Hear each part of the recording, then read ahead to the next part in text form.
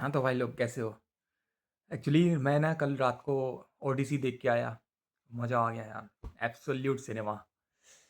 उसका भी वीडियो डालूँगा जल्दी अपने नए चैनल पे दीपक रिव्यूज़, उसको भी सब्सक्राइब करके रख लेना।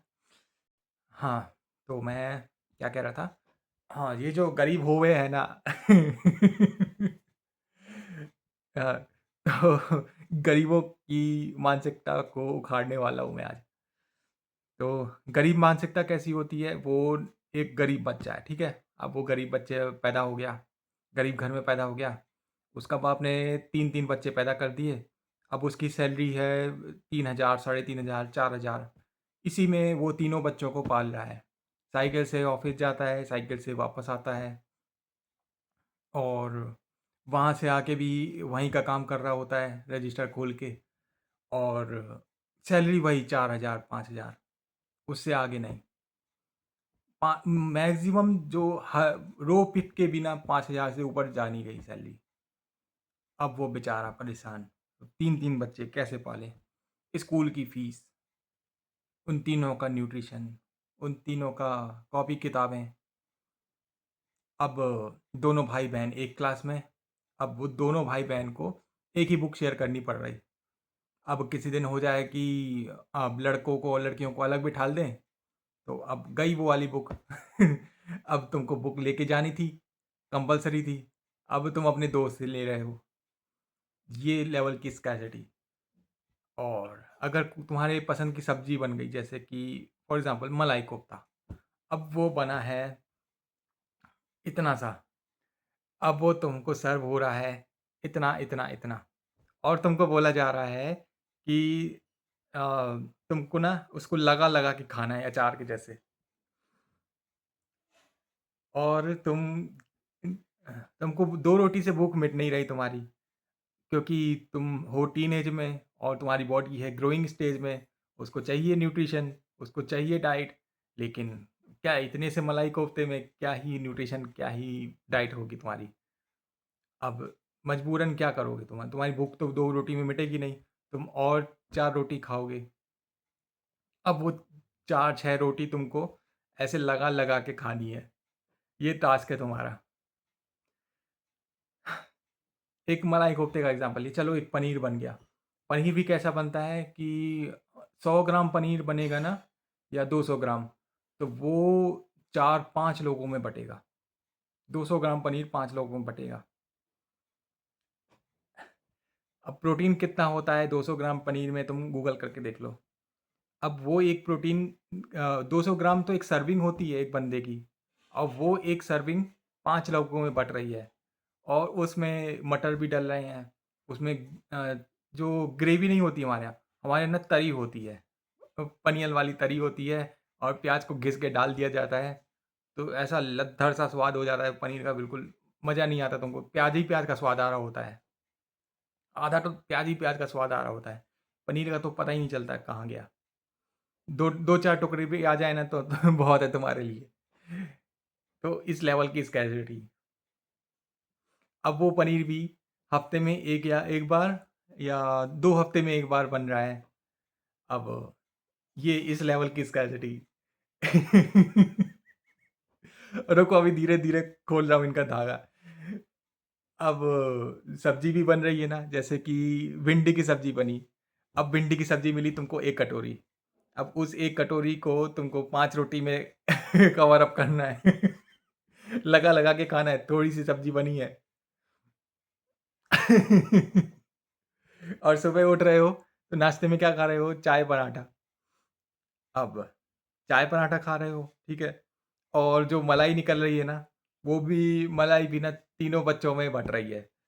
एक बच्चा आज मलाई खा रहा है, तो दूसरा बच्चा कल मलाई खाएगा, तो तीसरा बच्चा परसों मलाई खाएगा। ऐसे करके बारी बँधी हुई है।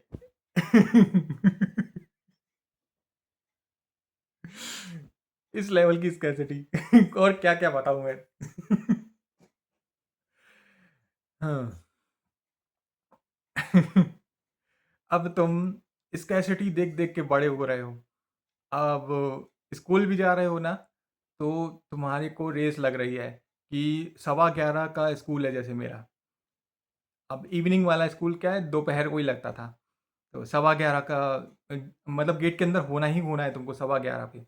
11:15 से 11:16 हो गए तो तुम गेट के बाहर ही रह आओगे, और 11:20 हो गए तो तुमको एंट्री ही नहीं मिलेगी। अब क्या होता था, 11:16 हो गए, अब हम गेट के बाहर खड़े हैं और प्रेयर होगी। प्रेयर होने के बाद सारे बच्चे जाएंगे क्लासरूम में, और फिर लेट वालों को अंदर लिया जाएगा।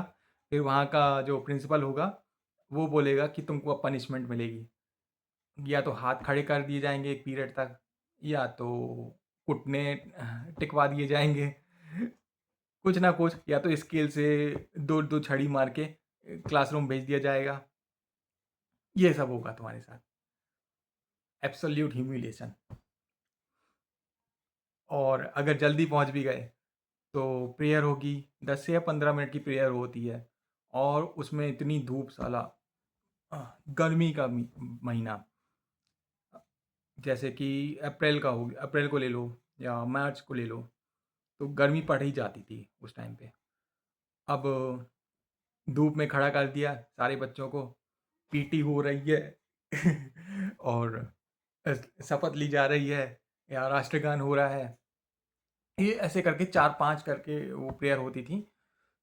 और उसमें भी कभी-कभी क्या होता था, एक आध बच्चा टपक ही जाता था, मतलब टप से गिर जाता था चक्कर खा के। अब क्या है ना, बच्चों को क्या खिलाया जाता है, ले दे के दाल चावल खिलाया जाता है। अब उनमें क्या है, विटामिन सी तो जाता ही नहीं है, और डिहाइड्रेट अलग हो रखे होते हैं, तो ऐसे में चक्कर तो खाएंगे ही। और टिफ़िन में भी क्या आ रहा है उनके, पराठा आ रहा है या अचार आ रहा है। पराठे में 2 पराठे आ रहे हैं और सब्जी आ रही थोड़ी सी, ऐसे करके। और या तो दाल चावल आ रहा है, या तो सब्जी चावल आ रहा है, ऐसे करके यही आ रहा है। अब ये सब खा के बच्चों को नींद नहीं आएगी तो क्या होगा, फिर पीरियड में सोएंगे नहीं तो क्या होगा। अब हिस्ट्री वाले पीरियड में अगर बच्चा सोता हुआ दिख जाए तो हिस्ट्री वाली मैडम ऐसी रेट लगाए ना वो सीधे वापस फिर ग्राउंड में ले जाए और वापस ग्राउंड में घुटने टिकवा दे। अरे वो हमारे टाइम का जो ग्राउंड होता था ना, वो कैसा होता था, बिल्कुल उसमें ना एक तो फर्श नहीं होता था, और एकदम रफ टाइप का ग्राउंड होता था, उसमें कंकड़ अंकड़ भी रहते थे, वहां पे घुटने टिकवा देते थे। सोचो साला तुम्हारा घुटना छिल जा रहा है घुटने टेकने से। और कुछ नहीं तो जैसे कोई बच्चा हल्ला कर रहा है तो उसको बाहर खड़ा करके ऐसे हाथ ऊपर करवा दिए। अब वो पूरा पीरियड ऐसे ही है वो अब उसको मुर्गा बना दिए और ऊपर से डस्टर रख दिए। जैसे ये डस्टर गिरा वो फिर से पड़ी पीछे से और तो यार जो हमारे मेल टीचर होते थे ना, उनको पिछवाड़े से क्या ऑब्सेशन रहता था पता नहीं। वो ना अ, जैसे लड़कों को ना जैसे हाथ में मारते थे तो लड़के क्या करते थे, ऐसे करने लगते थे। तो लड़कों को ऐसे पीछे घुमाते थे और ये पट मारते थे। और एक लड़का पता है क्या है, वो रुमाल लेता था और पीछे डाल के जाता था, पता है पीछे पड़ेगी तो उससे रुमाल निकलवा देते थे अगर दिख जाता था तो तो ये हाल था। और ये सब ह्यूमिलिएशन दे झेलने के बाद ना, वही मैं इसीलिए इतना सब कुछ ड्रैग कर रहा था, क्योंकि तुमको एक बैकड्रॉप दे रहा था कि हम लोग किस सिचुएशन में पले बड़े हैं। जो गरीब बच्चे ऐसे ही पले बढ़ते हैं, तो उनका यही रहता है कि वो ना सेलिब्रेट करने लग जाते हैं। अरे हमको तो मार मार के बड़ा किया है, हमारे घर वाले ना छड़ी लेके पहुंच जाते थे, हमारी तरफ से एक और लगाओ। आजकल के बच्चों को देखो, उन पे तो हाथ नहीं उठा सकते रोने लग जाते हैं यार। मतलब अगर उन पे जुल्म करना या मारना पीटना बैन हो गया है ना टीचरों से, तो वो ना कि वो अच्छी बात है, वो बोलते हैं कि और बुरा हुआ, ये तो बच्चे तो और बिगड़ेंगे ऐसे में।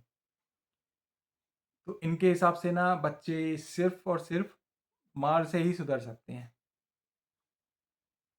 ये तो थिंकिंग है हमारी इंडियन सोसाइटी की।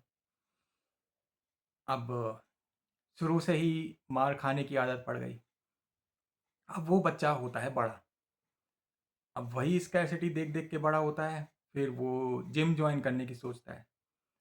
अब वो कुछ थोड़ा-सा अलग करने की सोचता है, जैसे कि जो हर कोई नहीं कर रहा, जैसे कि जिम जॉइन करना। अब जिम तो जॉइन कर लेगा जैसे-तैसे बापू से पैसे माँग के। तब क्या है उस टाइम पे यही कोई 2000 अर्ली 2000 की बात कर रहा हूँ, तो उस टाइम पे शायद 200-300 लगती रही फीस। वो भी नॉर्मल वाली जिम की, जो आज 1000-1200 वाली जिम है ना, वो उस टाइम पे 100-200 लगती रही उसकी फीस। वहाँ जा रहा है बच्चा। अब वहाँ पे जा रहा है, वर्कआउट सीख रहा है और ग्रो करने के लिए अब चाहिए डाइट, और डाइट में मिल रहा है तुमको पोहा।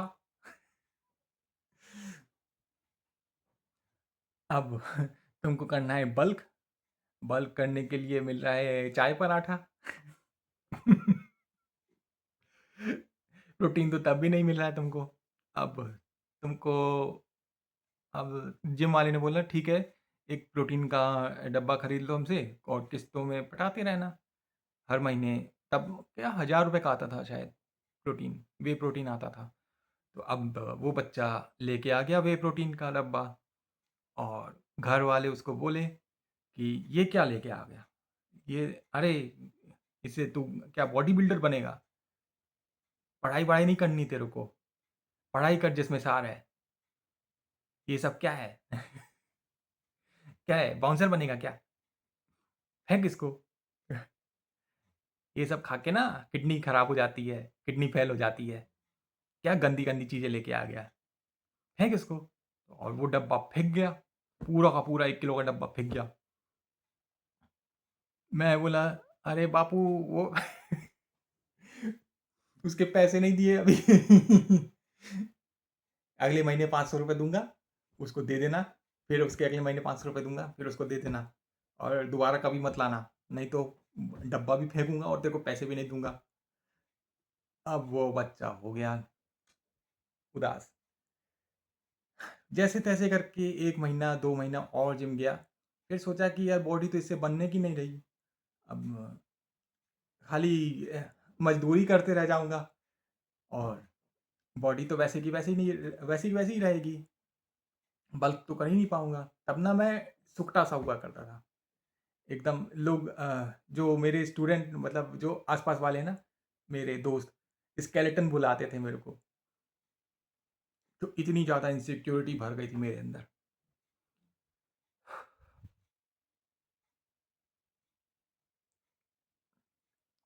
अब उसको अब आया कॉलेज का टाइम।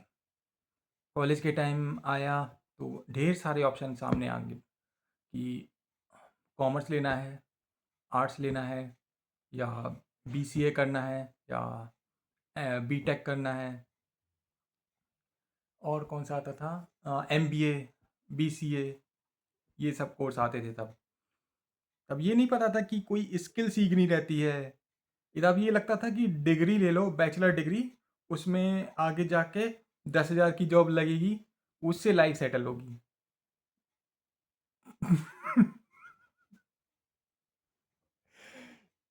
तब कोई बताने वाला नहीं था भाई। और कॉलेज वाले भी क्या करते थे, वही जो स्कूल वाले करवा रहे थे, रटवाना। और हर पीरियड में एक टीचर आता, वो बस समझा के और लिखवा के चला जाता। एक बार समझ में आया तो ठीक। बोलते ज़रूर हैं ये लोग कि नहीं समझ में आए तो 10 बार पूछो, 15 बार पूछो। ऐसा कुछ नहीं होता है। तुम एक बार पूछोगे और दूसरी बार पूछोगे ना तो बोलेंगे अरे अभी तो समझाया तो तुमको समझ नहीं आया क्या, ऐसे करके डांट के भगा देंगे। तो इस करके कोई पूछता ही नहीं था, सब हाँ हाँ करते रहे, एक्टिंग करते रहे समझने की। फिर अब कॉलेज का टाइम आया, तो तब मेरी जो मेरा दोस्त था वो बीसीए करने चला गया था। अब बीसीए में मेरे को पता चला कि उसको डिज़ाइनिंग भी सिखा रहे हैं, वेब डिज़ाइन।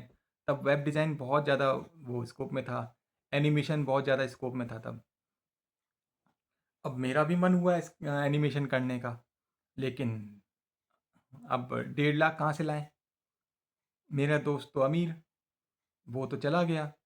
उसकी मम्मी प्रिंसिपल एक बड़े सरकारी स्कूल की, वो तो चला गया।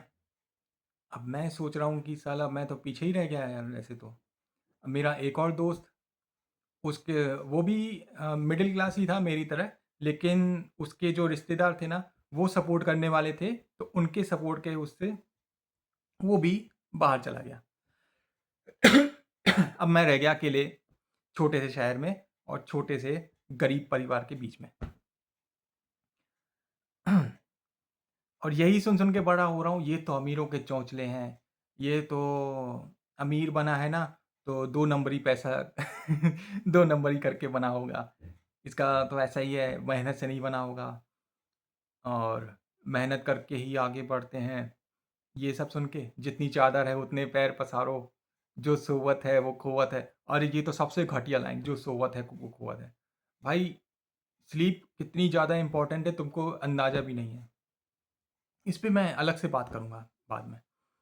अभी वीडियो ऑलरेडी लंबा हो रहा है। अब मेरा टाइम आया, उस लड़के का टाइम आया, सॉरी, अपना नाम ले ही नहीं सकता ना मैं। तो अब उस लड़के का टाइम आया, उसको करना है एनिमेशन। लेकिन अब उसके रिलेटिव हैं अमीर, लेकिन वो घंटे सपोर्ट करने वाले नहीं। और उसके घर वाले जो हैं, वो आए दिन जब भी कोई त्योहार आए, जब भी कुछ आए और एक बुलावे पे पहुंच जाएं उनके फेस्टिवल में, उनके इवेंट में। और अब उनको क्या है, जो भी फेस्टिवल इवेंट करते वो लोग सब दिखावे के लिए करते थे। हमारे हमारे पास इतना पैसा है ये सब करने के लिए, और पहुंच जाएं और हमको भी ले जाएं, हमको और ज़्यादा इन्फीरियर फील कराएं, और ज़्यादा नीचा दिखाएं। मैं देखता था वहाँ पे जाके अपने आसपास सबके सब अमीर, सिर्फ मैं ही गरीब साला, और मैं एक कोने में दुबक के बैठा हूँ। अब मैं इंतज़ार कर रहा हूँ कि कब ये सब शोशाबाजी ख़त्म होगी, कब घर जाएंगे। वही चीज़ वही चीज़ आज भी हो रही है। अब एनिमेशन करने का टाइम, अरे यार बार बार भटक जाता हूँ। तो वही होता है, पैसा होता नहीं है किसी के पास देने के लिए, तो कोई नहीं देता है। अब ले दे के बी कॉम में आ गए, वहाँ से होना चालू हुआ सत्यानाश अपना। अब जैसे तैसे 1 साल गए कॉलेज रेगुलर, वहाँ पे जो सीखा सीखा। फिर सेकेंड ईयर आया, उसके बाद से करनी पड़ गई जॉब। अब जॉब कर रहे हैं 2,000 की, 2,500 की, वही गैस एजेंसी में टपर टपर कर रहे हैं, एंट्री कर रहे हैं, बुकिंग कर रहे हैं, और गैस की शॉर्टेज हो रही है तो कस्टमर से गालियाँ खा रहे हैं, वो 2,000 रुपये के लिए ह्यूमिलिएट हो रहे हैं। अब वही ह्यूमिलिएट होके वापस आ रहे हैं, घर में पूरा पैसा दे दे रहे हैं। वहाँ से जो आदत डली घर में पूरा पैसा देने की, वो एंड तक डली। मतलब तुम्हारे पैसे तुम्हारे हो ही नहीं सकते, ये हो गया था। तुम्हारे कमाए हुए पैसे तुम्हारे नहीं हो सकते, वो हो सकते हैं और तुम बड़े हो रहे हो तो यही सुन सुन के बड़े हो रहे हो, अरे ये वाली किस्त जानी है, अरे वो बीसी जानी है, कमिटी वो जानी है, फिर उसके बाद किराने वाले का उधारी है वो देना है, फिर उसके बाद बिजली बिल है, फिर उसके बाद ये है, फिर उसके बाद वो है। इसीलिए ना गरीब हमेशा गरीब हो गया है। ये ये है मेन क्रक्स इस वीडियो का। सुन सुन के तो यही बड़ा हो रहा है वो, और अमीर का बच्चा उसकी जगह कुछ और ही देख रहा होता है। अमीर का बच्चा देख रहा होता है कि कैसे उसका बाप जो है वो ड्राइवर को ड्राइवर करके बुला रहा है, नौकर को नौकर करके बुला रहा है, ऐसे कैसे काम निकलवा रहा है लोगों से, कैसे करके मैनिपुलेट कर रहा है लोगों को, ये देख रहा है वो। और उसका बन रहा है डेविल माइंडसेट पीछे, सबकॉन्शियस माइंड में। अब एक गरीब का बच्चा है जो इस एनवायरनमेंट में बड़ा हुआ है, वो एकदम से जाता है इंटरव्यू देने। इंटरव्यू देने के लिए जो केबिन में बैठा हुआ है मैनेजर या उससे ऊपर का सीईओ ही बैठा हुआ है जैसे। तो अब उसके पास जाता है, उसका है बिल्कुल एसी केबिन, एकदम ठंडी-ठंडी हवा आ रही है और वो पहन के बैठा है सूट-बूट बिल्कुल।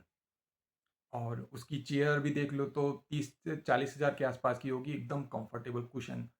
और लेके बैठा है सामने आईपॉड, सॉरी क्या नाम है उसका? अरे! भूल गया यार। एप्पल का लैपटॉप लेके बैठा है। अब तुम्हारी फट जा रही है, इसलिए बगल में आईफ़ोन रखा है। अब तुम्हारी वहाँ से फट जा रही है। तुम जैसे-तैसे हैंडल कर रहे हो अपनी बॉडी लैंग्वेज को, अपने कम्युनिकेशन को, कहीं तुम अटक ना जाओ। तुम्हारा आधा दिमाग तो इसी में जा रहा है, उसकी क्वेश्चन में नहीं जा रहा है। अब वो सवाल पूछ रहा है, तुम हो जा रहे हो इसका जवाब क्या दूँ मैं? ऐसे करके। और तुम बात-बात पे अटक रहे हो। और वो बोल रहा है सामने वाला कि जैसे तुम हिंदी पे आ जा रहे हो ना, सामने वाला बोल रहा है इंग्लिश में दो, इंग्लिश में जवाब दो। और तुम्हारी इंग्लिश वहीं की वहीं धराशायी। और फिर तुमको बोला जा रहा है, ठीक है, हम आपको कॉल करेंगे, अभी आपका रिज़्यूमे रख ले रहे हैं। अगर ये बोल दिया ना, we will get back to you, तो समझ लो तुम गए, तुम्हारी नौकरी गई, तुमको नहीं मिलने की इधर पे नौकरी। तुम्हारा रिज़्यूमे ना या तो फाड़ के डस्टबिन में डाल देंगे या तो उस पे समोसे रख के खा लेंगे।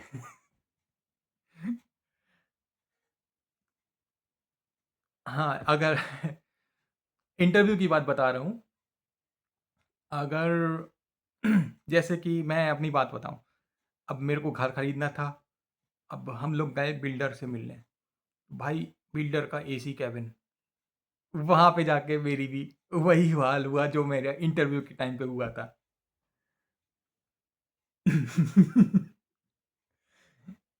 अब जो बच्चा ये सुन-सुन के बड़ा हुआ हो कि एसी की हवा में कमर दर्द होने लगती है, उसका एसी केबिन में जाके क्या हाल होगा?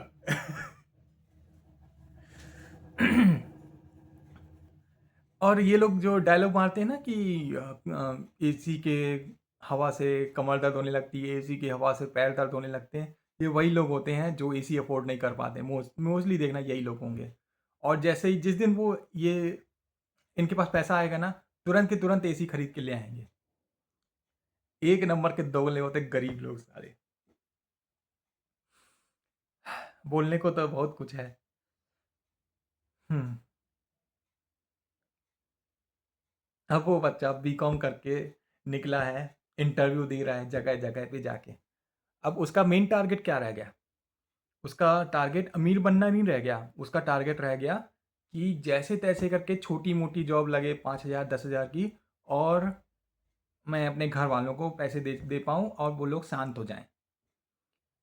क्योंकि जब तक तुम्हारी जॉब नहीं लग रही है, जब तक तुम कमा नहीं रहे हो, घर वाले तुम्हारी पिछवाड़े के पीछे पड़े हैं, तुम्हारे पिछवाड़े पे बम्बू दे रहे हैं रोज रोज। ये फॉर्म भर, वो फॉर्म भर, ये सरकारी नौकरी निकली है, इसके पीछे भाग, उसके पीछे भाग। और तब क्या डायलॉग मारा जाता है, जब बूढ़े लोग क्या बोलते थे कि सरकारी नौकरी ना अगर चपरासी की मिले तो वो भी ले लो। क्योंकि तब क्या होता रहा, तब ये देखा जाता था कि लड़का वाला जो है, अभी भी लड़का वाला की जो है, वो लड़का है जो वो सरकारी नौकरी कर रहा है कि नहीं, चाहे वो चपरासी ही क्यों ना हो, उसकी भी उसको भी 30 लाख मिल जाता है दहेज में। आज भी यही होता है, तभी तो इतने नीट वाले भागे फिर रहे हैं।